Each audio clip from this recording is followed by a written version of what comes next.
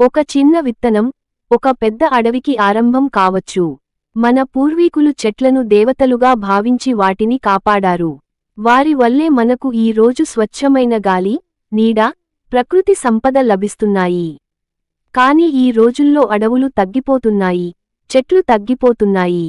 అందుకే మనం అందరం కలిసి ఒక చిన్న ప్రయత్నం చేద్దాం. మన ఇంట్లో తినే పండ్ల నుంచి వచ్చే విత్తనాలను పారేయకుండా సేకరించండి.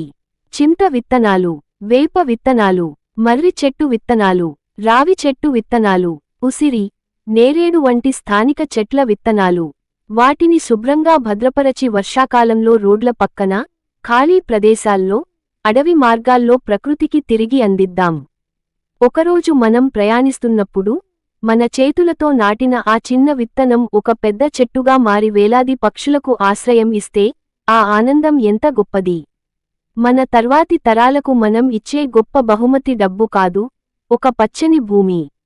ప్రతి ఒక్కరూ సంవత్సరానికి కనీసం కొన్ని విత్తనాలు నాటే సంకల్పం చేద్దాం.